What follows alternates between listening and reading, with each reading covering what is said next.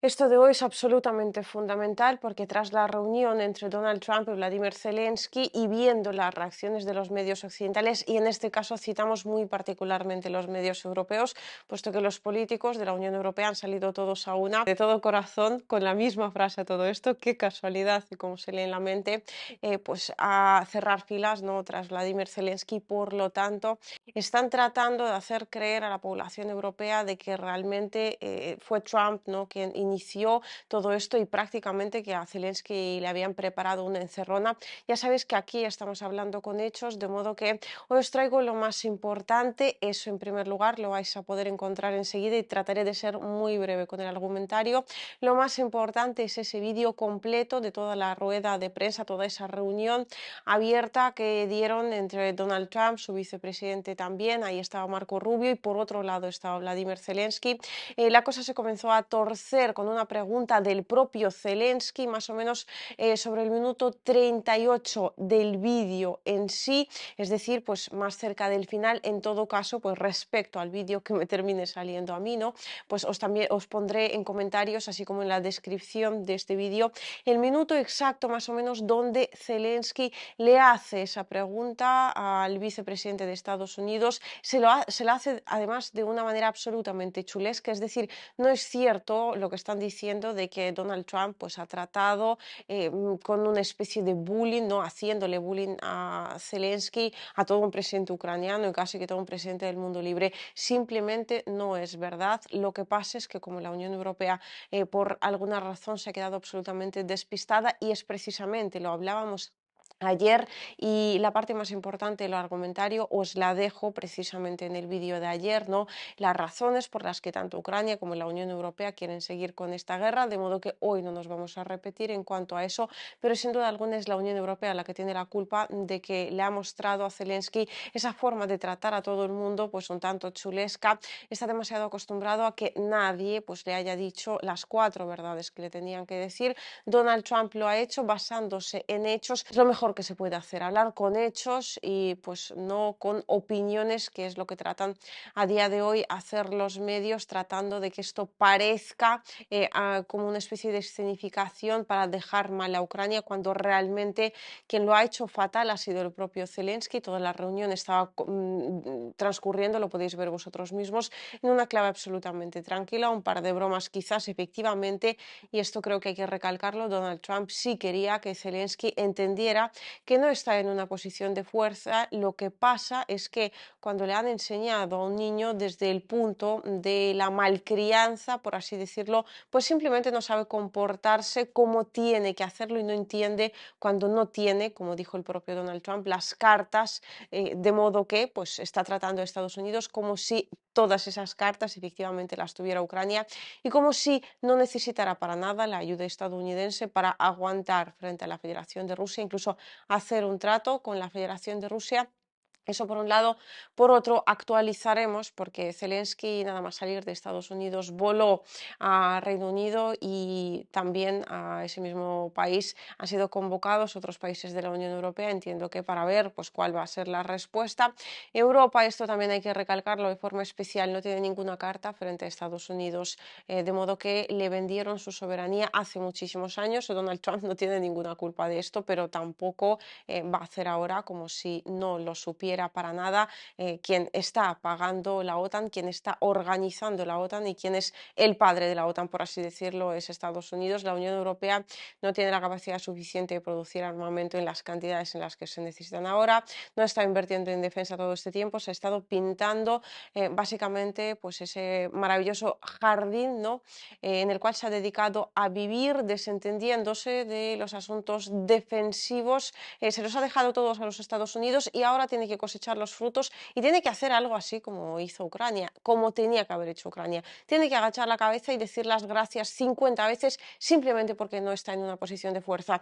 Esto no tiene nada que ver con opinión, son hechos y nada más que hechos. A partir de ahí veremos, ¿no?, cómo transcurre la situación en cuanto a lo que decidan, en lo que anuncien, y por supuesto en los siguientes informes lo vamos a comentar muy detenidamente. Y ahora sí que sí, os dejo con lo más importante, que es pues esa reunión a puerta abierta, lo cual entiendo que fue solicitado por el propio Vladimir Zelensky, porque me imagino quería montar el espectáculo mediático que ya conocemos bien, pues mostrando a los soldados ucranianos que habían estado en cautiverio ruso, etcétera, etcétera, etcétera, un largo etcétera. De modo que, pues, para que os lo cuenten, ¿no?, los medios europeos tratando de tergiversar la verdad, ahí tenéis directamente los hechos y a partir de ahí que cada uno saque sus propias conclusiones.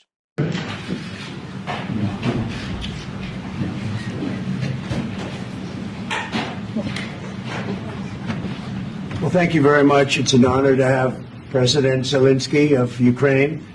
And we've been working very hard, very close. So we've actually known each other for a long time. We've been dealing with each other for a long time and very well. We had little negotiations back, but that worked out great. I think for both countries, I think for the world, actually, beyond both countries. And we have something that is a very fair deal.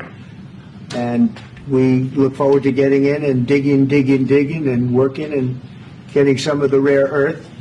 But it means we're going to be inside, and it's a big commitment from the United States, and we appreciate working with you very much, and we will continue to do that. We have had some very good discussions with Russia. I spoke with President Putin, and we're going to try and bring this to a close. It's something that you want and that he wants. We have to negotiate a deal, but we've started the confines of a deal, and I think something can happen.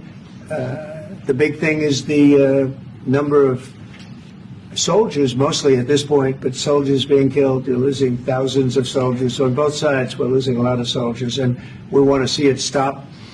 And we want to see the money get put to different kinds of use, like rebuilding. And we're going to be working very hard.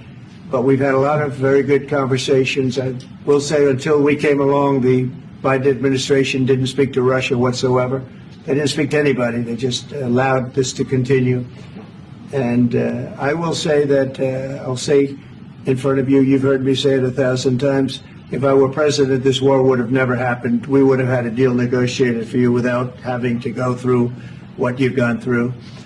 But your soldiers have been unbelievably brave. We've given them great equipment, but somebody has to use the equipment. They've been unbelievably brave.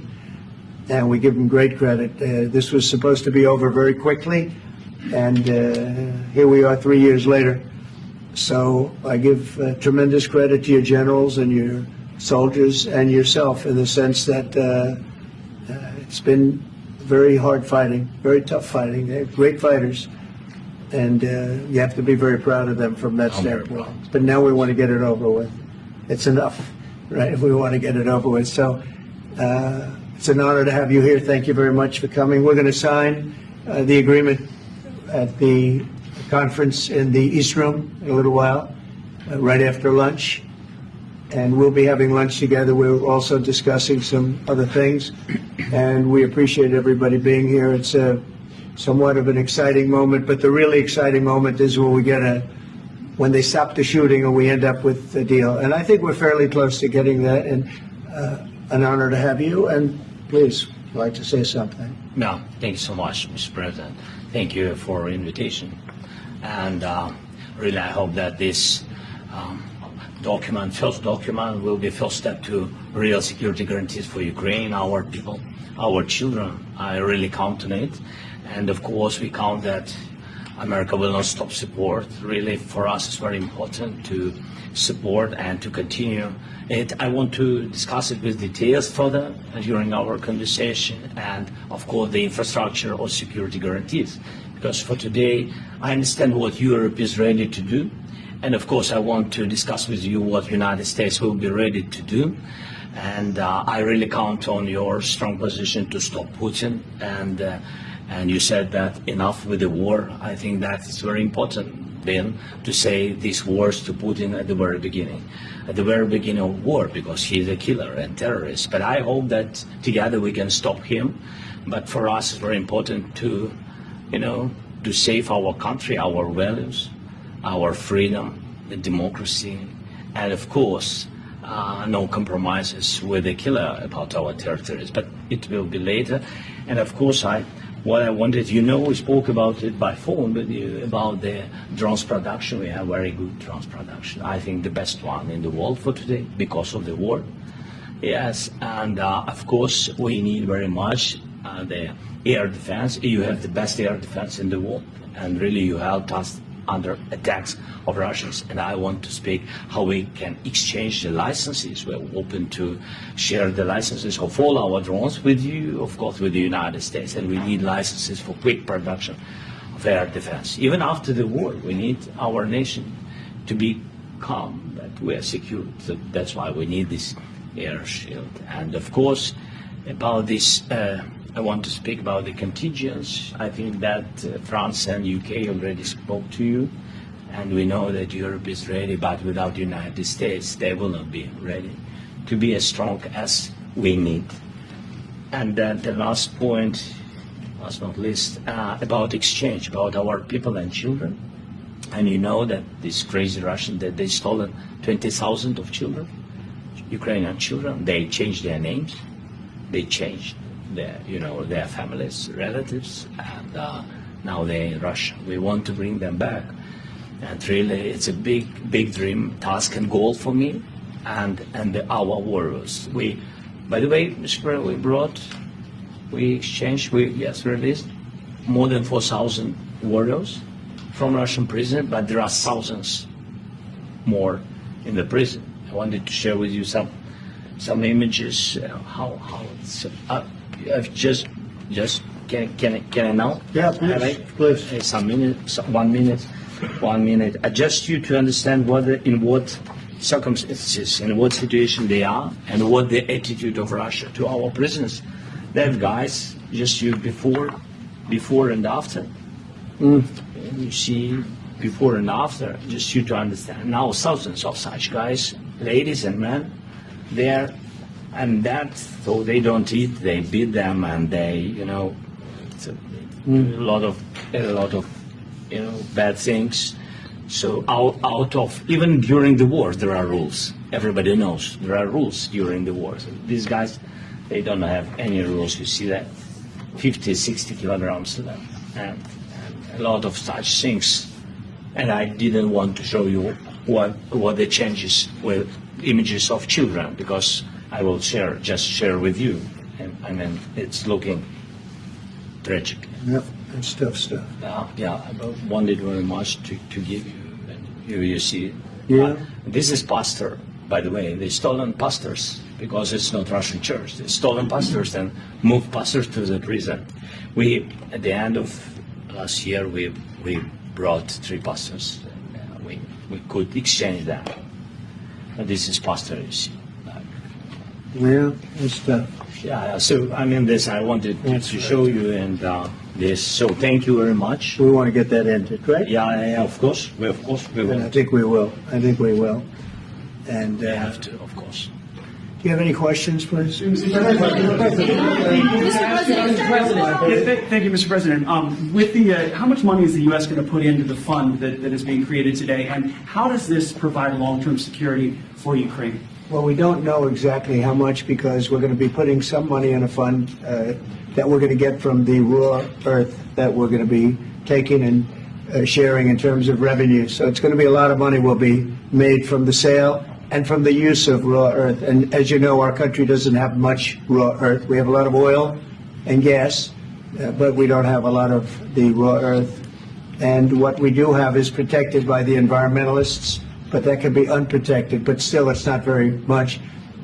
They have among the best in the world in terms of raw earth. So we're going to be using that, using it for all of the things we do, including AI and including weapons and the military, and it's really going to very much satisfy our needs. So it's something that just worked out really well. We have a lot of oil, and we have a lot of gas, we have a lot, but we don't have raw earth. So this has just about every component of the raw earth that we need for computers, for all of the things we do. This puts us in great shape. And long-term security for Ukraine. How does this provide? I think they're going to have great luck. I think once we make the agreement, that's going to be 95% of it. They're not going to go back to fighting. I've spoken with President Putin. And I feel very strong. I've known them for a long time, and I feel very strongly that they're very serious about it, and we'll make a deal. And when the deal is made, I don't think we talk about security. Everyone's talking about the other day. All they talked about was security. I said, let me make the deal first. I have to make the deal first. I don't worry about security right now. We have to have a deal, because right now, last week, 2,000 soldiers died on both sides. 2,000, and they're losing 1,000, 2,000, 3,000 a week. So as we sit here and we talk, people are getting shot and dying on the battlefield. And, they're not American soldiers, but they're Russian soldiers and they're Ukrainian soldiers, and we want to be able to stop it. And we want to be able also to spend money on other things. We don't want to, this is a tremendous amount of money, and what the Biden administration did was terrible. They were giving money, but they had no security on the money. Europe, as you know, gave much less money, but they had security. It was in the form of a loan. They get their money back, and we didn't. And now, at least we're protected, because the American taxpayer has to be protected too. But this is an incredible agreement for Ukraine, because we have a big investment in their country now, and what they have, very few people have. And we're able to really go forward with very, very high-tech things and many other things, including weaponry that we're going to use in many locations, but that we need for our country. This allows us to do that. Will you continue sending military aid? Yes, go ahead, please. If I can just yes. In the document, there is one of the very important points. If we speak about business and investment, we never had LNG terminals in Ukraine. This document will open. I mean, the next document, but anyway, here we see in the framework, we see a really goodwill for this. LNG terminals for us is very important, and I think for security of European continent. We have the biggest storage, gas storage. We have the biggest in Europe. Yes, yes, and we can use it. Use it for LNG, use it for LNG, and we will do it. And really, we can help Europe, because Europe really helped. President Trump said that they made less support, but they are our friends, and they are our very supportive partners. They really gave a lot, Mr. President. They did. They gave a lot, but they gave much less. No. Much less. No. No. No. Okay.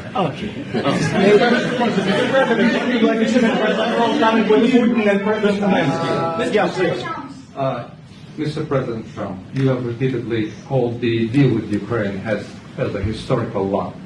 And as a President of the United States, you make historical decisions in other issues which affect America and other world. So what place in the world history do you want to take?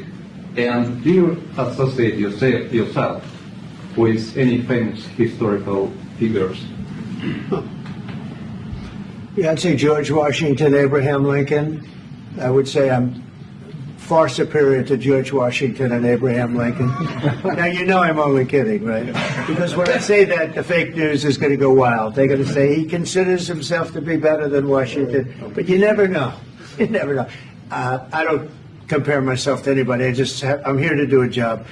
We've had a great 35 days or whatever it might be, a month, a little more than a month. We've accomplished tremendous amounts. Not only this would be a very great achievement if we could get the war stopped and get them back to normalization. I think that's going to happen. We've had very good talks on both sides, as you know. But I think we've done a very good job, just generally. If you look at all of the things we've done in 30 days, they're saying there's never been a opening for a president. The first month, there's never been a first month like we've had. And this is one of the very important things. This, to me, is one of the most important things, because we have tremendous death taking place as we speak, and I don't want to have that. Think of the parents, whether they're in Russia or Ukraine, think of the parents of all these people being killed needlessly. They came to our territory. Should have never started. If I were president, this would have never started. Mr. President, will you continue sending military aid to Ukraine after the U.S. signs this agreement with Ukraine. Yeah, we're gonna be The question to continuing. President Zelensky, do you feel like the U.S. is on your side, that the President Trump is on your side at this moment? What do you think? He wants to know, do you think that, sort of a stupid question. I guess we wouldn't be here if I wasn't. But, I think that the United States on our side from the very beginning of occupation, and I think that President Trump on our side, and of course, I'm sure that the United States President will not stop support. This is crucial for us. It's important for us. Yes. And Putin, the president, speaks about the people and the soldiers which are dying, but they came to our territory, they came to our land. They began this war, and they have to stop. And I think this is the question, with really the most important question. Can President Trump, I hope yes, with some other allies, to stop Putin, withdraw these enemies, our enemy, withdraw these troops from our land? And I think that you asked about the history. I think that if President, or when, he will stop Putin, if President Trump will bring peace to our country, I think he will be on this wall. we've had very, very good talks. President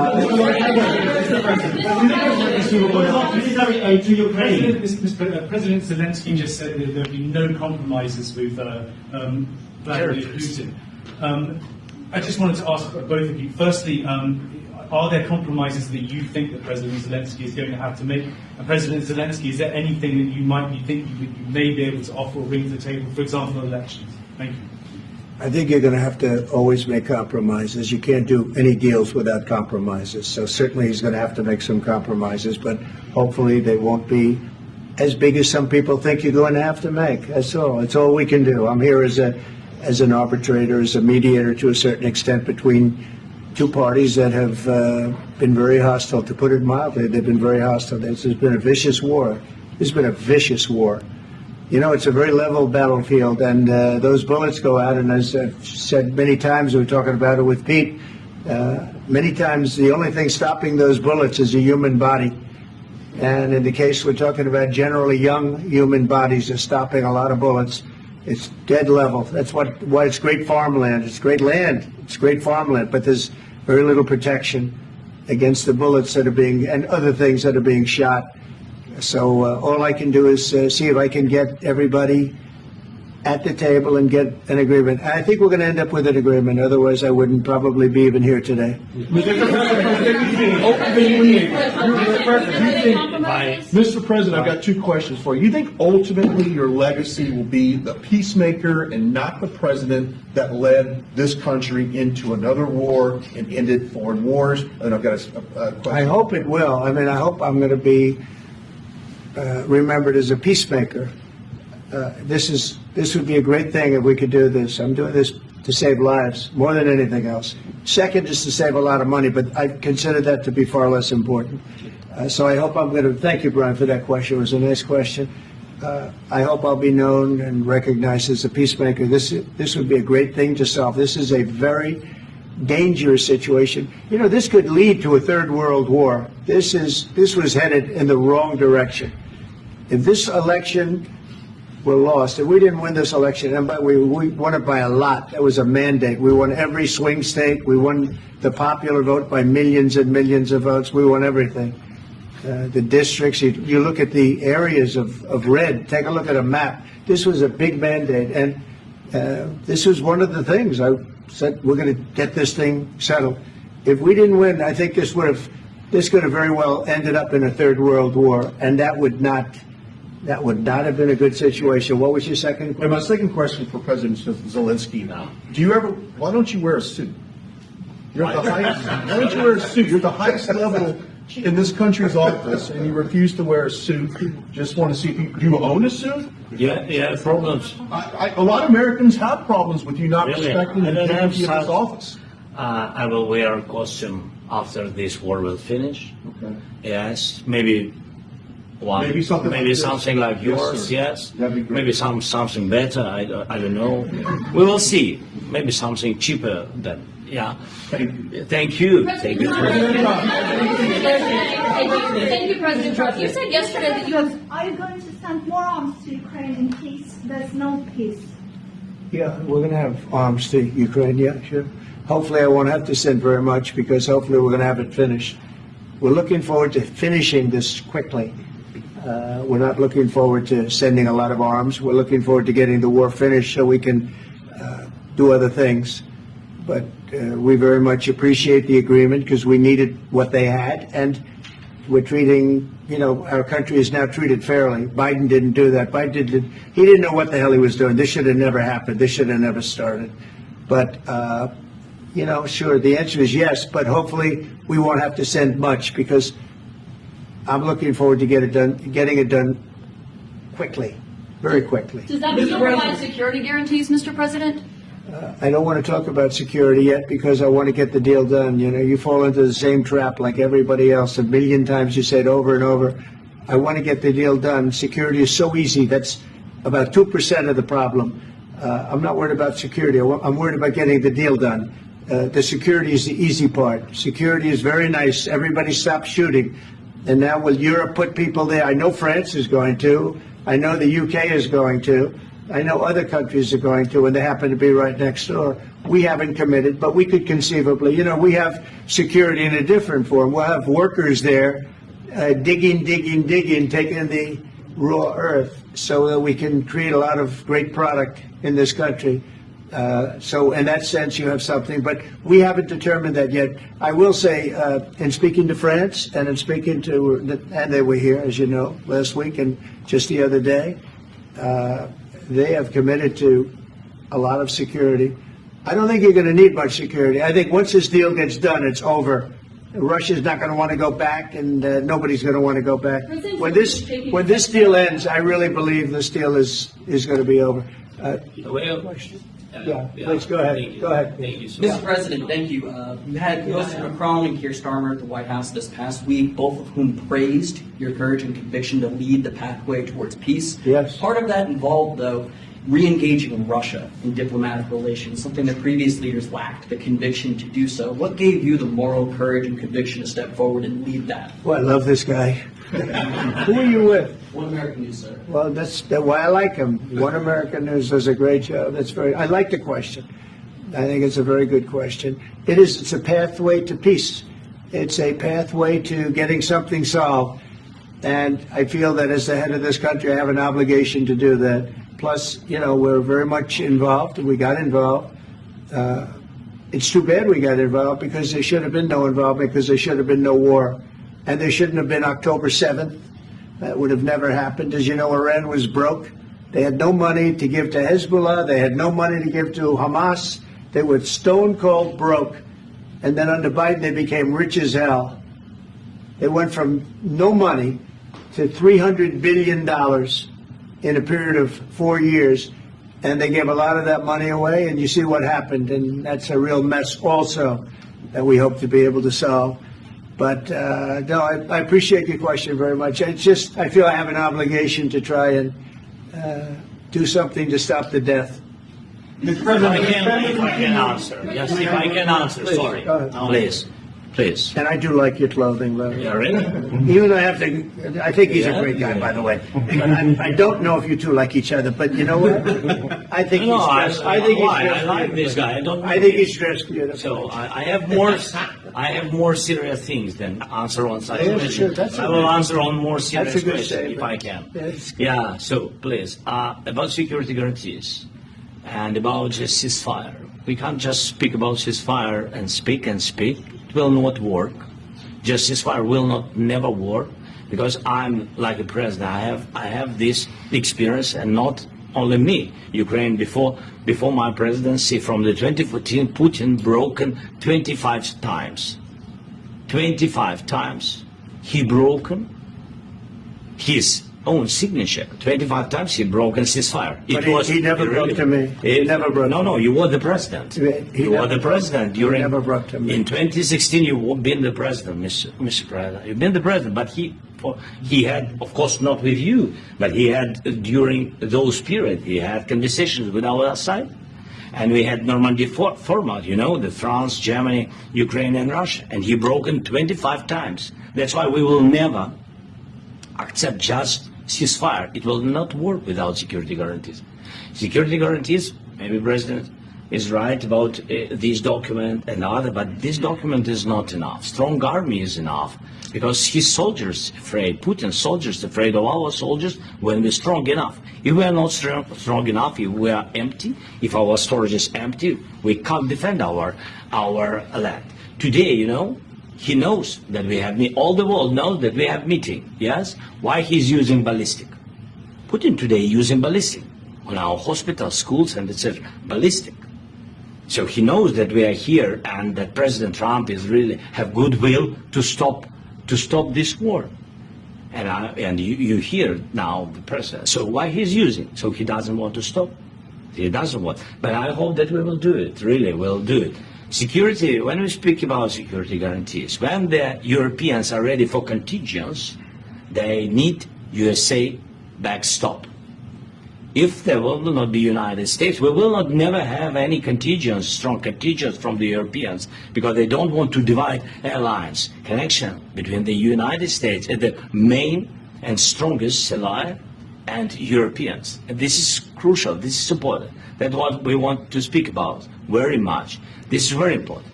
And air defense. So air defense, really, we have big deficit with all these systems, and we need to provide this. We need it very much. Otherwise, Putin will never stop and will go further and further. He doesn't want. He hates us, you know. It's not about me. He hates Ukrainians. He thinks that we are not a nation. He thinks, and he shared these thoughts, I think maybe with your team also, I don't know. But with all the Europeans, in media, official and not, he always said that there is no such country, such nation, such language, and such life like Ukrainian. No, he really doesn't respect all the Ukrainians, and he wants to destroy us. And you are right, Mr. President. That's 2%. This document, maybe other documents, it's a very good start, very good, but it will not enough to stop this person. Should Russian agents build Ukraine? Mr. President, after these, I asked this question. He didn't like because This is the rule of the war. This is the rule of the war. During all the centuries, all the history, this is the rule of the war. Who began, those pay. Do you agree? This is the rule. Putin began this war. He has to pay all money for innovation. He has to pay. Of course, some Russian assets, what we have in Europe, about 300 billion, we can use them. We can use for innovation and buy military support from the United States also. We can do it, but it's not enough. It's not enough. because I wouldn't and know. President Zelensky. Wait 1 second. I asked this question that you didn't like because I wanted to know if you want to position yourself in the middle between Russia and Yes. Ukraine or on the Ukraine side. No, I'm in the middle. I want to solve this thing. I'm for both. I want to get it solved. And it's wonderful to speak badly about somebody else, but I want to get it solved. If we can solve it, great. If we can't solve it, they're going to have to fight it out, and who knows what's going to happen. But I want to see it get solved. May I follow up with one more question about U.S. troops in Europe? After Russian invasion of Ukraine, your predecessor sent additional troops to Eastern Europe, including Poland, my country. Yeah. Are you committed to keeping these troops on the eastern flank of NATO in the future? I'm very committed to Poland. I think Poland has really stepped up and done a great job for NATO. As you know, they paid more than they had to. They are one of the finest groups of people I've ever known. I'm very committed to Poland. What about Baltics? Poland's in a tough neighborhood, you know. What about the Baltics? The Baltics, they got a lot of, it's a tough neighborhood too, but we're committed. We're going to be very committed, and we're committed to NATO. But NATO has to step up, and the Europeans have to step up more than they have. And I want to see them equalize, because they are in for far less than we're in, and they should be at least equal. You understand that? Why is the United States, we have an ocean in between. Why is the United States in for so much more money and other things as Europe? With that being said, and as you said, they've also been obviously very helpful, but we have put in far more than they have, and I think they should equalize. Mr. President, Please, go ahead. About the agreement again today, what changed between the first time that Secretary Bessent gave President Zelensky the agreement and today for the signing? We made a deal. So What was the I'm just, deciding factor? I'm a business person. We made a deal. That's what changed. Mr. President, I didn't think we were going to make a deal, and we ended up making the deal, so that changed. Mr. President, what and how do you envision a trilateral summit with President Zelensky and Putin? I don't know, but These well, they circumstances? don't like each other. I can tell you that. They do not like each other. This is not a love match, and it's unfortunate. That's why you're in this situation. The United States should not have allowed this to happen. Okay? The United States, run by a man that didn't know much, I'm going to be very nice, run by an incompetent person, very incompetent person, should never have allowed this to happen. I've stopped wars. I've stopped many wars. My people will tell you, I stopped wars that nobody ever heard about. I stopped wars before they ever started. You can look at some of, I could give you a lot of nations that would tell you right now they were probably going to war. I could tell you right now there's a nation thinking about going to war on something that nobody in this room has ever even heard about. Two smaller nations, but big, still big. And I think I've stopped it. But this should have never happened. Sorry, just a second. About any negotiations. First of all, I want really to tell you, and I think that everybody understands that Ukraine, modern Ukrainians, nobody wants to stop this war. But at the future, any negotiations, it's understandable that two sides of the war, not Russia and the United States, because this is not the war between Russia and the United States. This is war of Russia against Ukraine and Ukrainian people. So these two sides will be at the will be at the negotiation table. Then of course United States, like the strongest partner of the Ukraine, and of course Europe. I think Europe is very important. I want to speak about it with the President.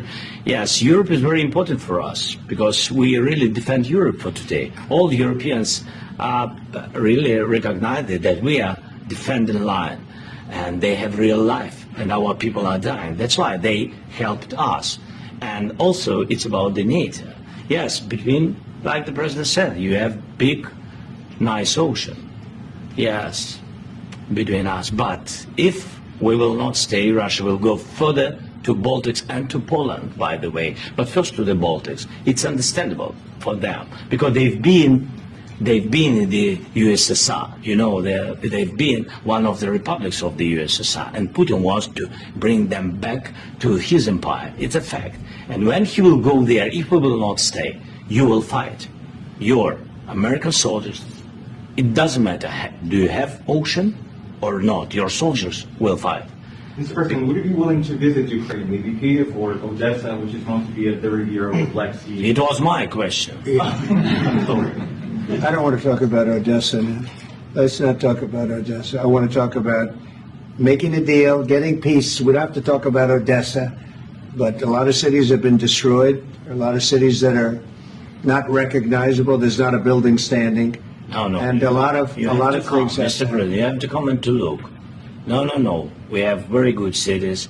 Yes, a lot of things have been destroyed, but mostly cities alive, and people work, and children go to school. Sometimes it's very difficult. Sometimes closer to front line, children have to go to underground schools or online. But we live. Ukraine is fighting, and Ukraine lives. This is very important. And maybe it's Putin is sharing this information that he destroyed us.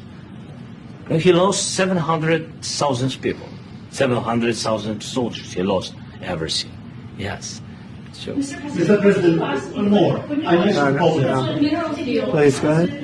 When did you last speak with President Putin, and what did he say that? A couple of days ago. And what did he tell you that gave you the assurance that he wanted peace? Well, that's what I do. My whole life is deals. I know pretty good. And I've known him for a long time. I've dealt with him for a long time. he had to suffer through the Russia hoax. You know, Russia was a hoax. It was all Biden. It was nothing to do with him. So he had to suffer through that, and he was able to do that. I think that he wants to make a deal, and he'd like to see it end. That's all I do. That's what I do. My whole life, that's what I do, is make deals. And I'm in the middle of a mess, because this is a real mess.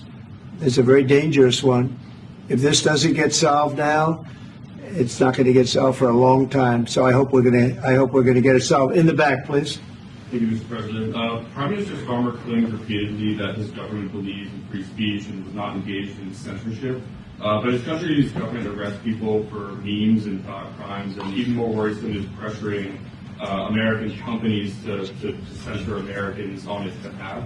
How can he be a reliable, trustworthy partner when he says things that are demonstrably false on such an important topic? Well, we actually spoke to him about that yesterday, and we thought they took it very, very much too far. JD was very strong on it. So was I. So was Marco. And we've been speaking to him about it. Marco, would you like to say something about that? We have concerns, obviously, with the conduct of those, particularly as it impacts Americans. And there's real concern that American speech, which is online, could fall into the hands of British or any country's jurisdiction. And so this is a point the Vice President made at Munich, and I think it's a very compelling one, that what unites us with Europe, as much as anything else, is these shared values, and one of them being free speech.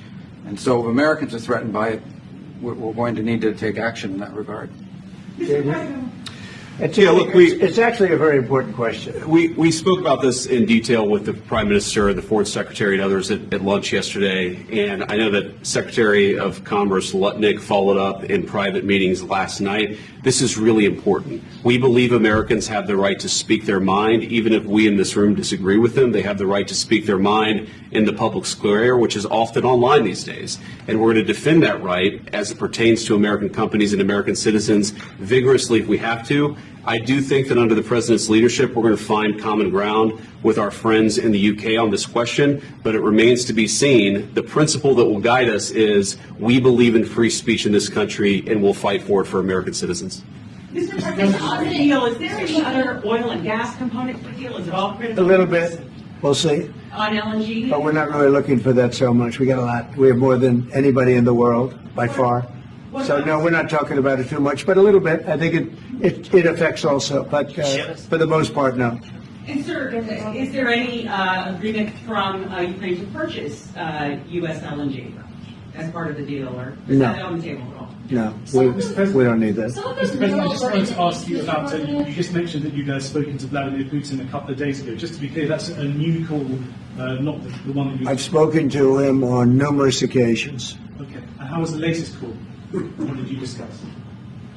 How did it go? Are you serious with that question? I am. I'd love to know. It went well. I think we're going to have a deal. On the minerals deal, Mr. President, some of those minerals are in the east of Ukraine, not far from the front lines and in areas that Russia has occupied. Will you direct President Putin to withdraw his forces from those areas if there's U.S. interest? Well, we'll take a look at the time. We have a lot of area. It's a very big area we're talking about, so we'll take a look. I'll study that and I'll see. And who would protect those minerals if they are U.S. interests? Would that be Ukrainian They'll be forces? protected. The agreement will protect them. U.S. The agreement, yeah, we're signing an agreement. Right, but what if Russia tries to invade or there's Russian aggression in their spots? I just told you I don't think that's going to happen. And if that were going to happen, I wouldn't make a deal. If I thought that was going to happen, I wouldn't make a deal. Some people they wonder why. You ought to focus on CNN on survival, not asking me these ridiculous questions. Focus on surviving, because CNN's got such low ratings. I don't think they're going to survive. Let's go. Please. I already mentioned Poland. That Poland was under Russian control for decades after the Second World War. When I was a kid, I looked at the United States not only as a most powerful country, richest country in the world, the country that has great music, great movies, great muscle cars, but also as a force for good. And now I'm talking with my friends in Poland, and they are worried that you align yourself too much with Putin. What's your message for them? Well, if I didn't align myself with both of them, you'd never have a deal. You want me to say really terrible things about Putin and then say hi, Vladimir, how are we doing on the deal? It doesn't work that way. I'm not aligned with Putin. I'm not aligned with anybody. I'm aligned with the United States of America. And for the good of the world, I'm aligned with the world. And I want to get this thing over with. You see the hatred he's got for Putin. It's very tough for me to make a deal with that kind of hate. He's got tremendous hatred. And I understand that, but I can tell you the other side isn't exactly in love with, him either. So it's not a question of alignment. I'm aligned with the world. I want to get the thing set. I'm aligned with Europe. I want to see if we can get this thing done. You want me to be tough? I could be tougher than any human being you've ever seen. I'd be so tough. But you're never going to get a deal that way. So that's the way it goes. All right, one more question. Hey, I would respond to this. So look, for 4 years in the United States of America, we had a president who stood up at press conferences and talked tough about Vladimir Putin, and then Putin invaded Ukraine and destroyed a significant chunk of the country. The path to peace and the path to prosperity is maybe engaging in diplomacy. We tried the pathway of Joe Biden of thumping our chest and pretending that the President of the United States' words mattered more than the President of the United States' actions. What makes America a good country is America engaging in diplomacy. That's what President Trump is doing. Can I ask you? Sure. Yeah? Yeah. Okay. So he occupied our parts, big parts of Ukraine, part of East and Crimea. So he occupied it on 2014. So during a lot of years, so I'm not speaking about just Biden, but those time was Obama, then President Obama, then President Trump, then President Biden, now the President Trump, and God bless, now President Trump will stop him. But during 2014, nobody stopped him. He just occupied and took. He killed people. You know what the contact 2015. 2014. 2014 and 2014. Yeah. So I was not here. Yeah, but that's exactly right. Yes, but during 2014 till 2022, the situation the same. That people have been dying on the contact line. Nobody stopped him. You know that we had conversations with him, a lot of conversations, my bilateral conversation, and we signed with him. Me, like a new president. In 2019, I signed with him the deal. I signed with him, Macron and Merkel, we signed ceasefire. Ceasefire. All of them told me that he will never go. We signed him with gas contract. Gas contract. Yes, but after that, he broken this ceasefire. He killed our people and he didn't exchange prisoners. We signed the exchange of prisoners, but he didn't do it. What kind of diplomacy, JD, you are speaking about? What do you mean? I'm talking about the kind of diplomacy that's going to end the destruction of your country. Yes, but if Mr. President, with respect, I think it's disrespectful for you to come to the Oval Office and try to litigate this in front of the American media. Right now, you guys are going around and forcing conscripts to the front lines because you have manpower problems. You should be thanking the president for trying to bring an end to this conflict. Have you ever been to Ukraine that you say what problems we have? I have been to. Count one. I've actually watched and seen the stories, and I know what happens is you bring them on a propaganda tour, Mr. President. Do you disagree that you've had problems bringing people into your military? And do you think that it's respectful to come to the Oval Office of the United States of America and attack the administration that is trying to prevent the destruction of your country? A lot of questions. Let's start from the beginning. Sure. First of all, during the war, everybody has problems. Even you, but you have nice ocean and don't feel now, but you will feel it in the future. God bless. You don't know that. God bless. God bless. You will not have to work. Don't tell us what we're going to feel. We're trying to solve a problem. Don't tell us what we're going to feel. I'm not telling you. Because you're in no position to dictate that. That's exactly what you're doing. You're in no position to dictate what we're going to feel. We're going to feel very good. Feel influence. We're going to feel very good and very strong. You will feel influence. You're right now not in a very good position. You've allowed yourself to be in a very bad position, and he happens to be right about it. From the very beginning of the war. You're not in a good position. You don't have the cards right now. With us, you start having cards. Right now, you don't. You're playing cards. You're playing cards. You're gambling with the lives of millions of people. You're gambling with World War III. You're gambling with World War III.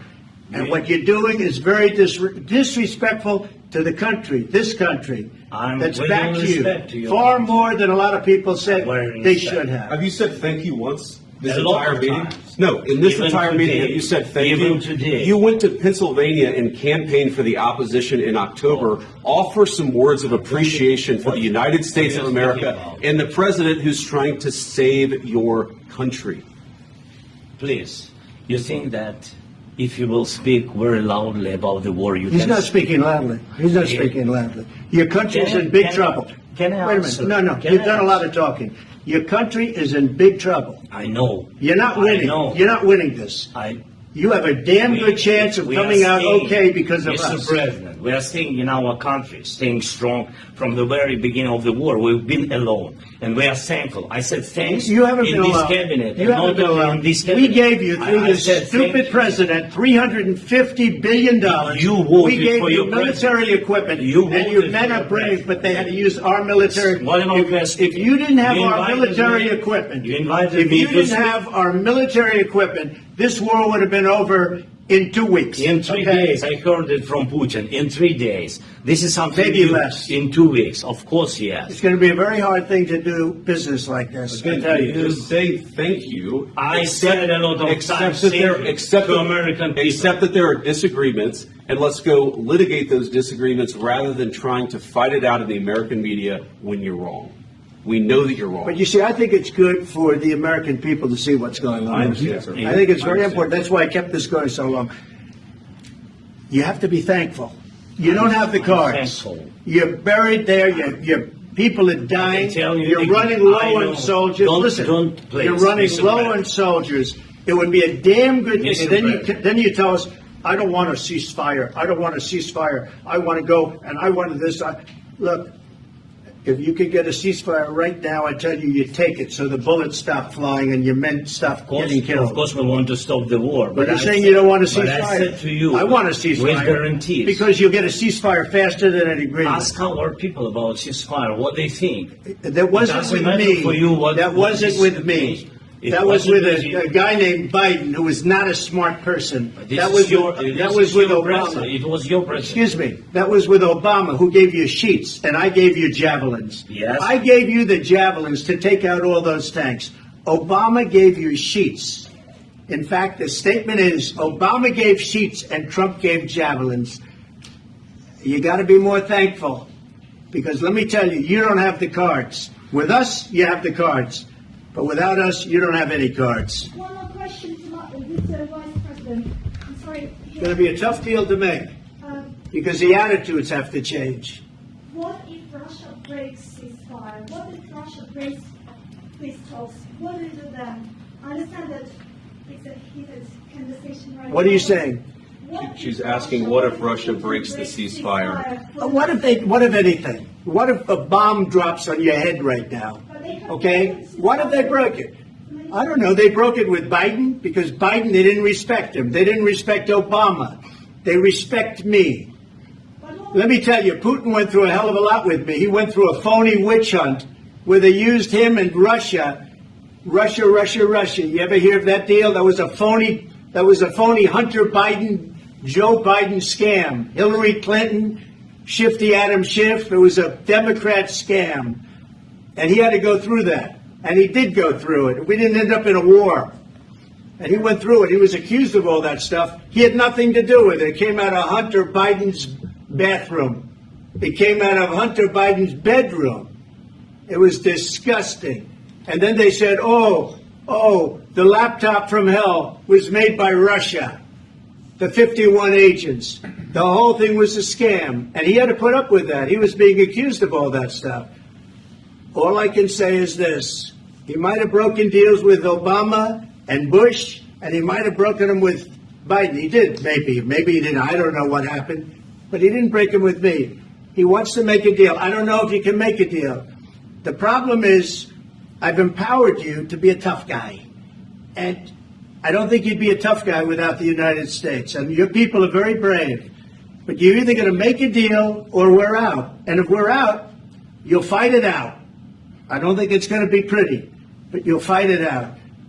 But you don't have the cards. But once we sign that deal, you're in a much better position. But you're not acting at all thankful. And that's not a nice thing. I'll be honest, that's not a nice thing. All right, I think we've seen enough. What do you think? Huh? This is going to be great television, I will say that.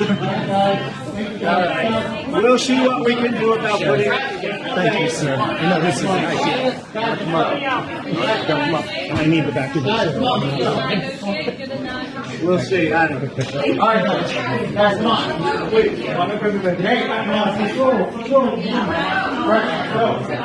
guys, come on. Move, please.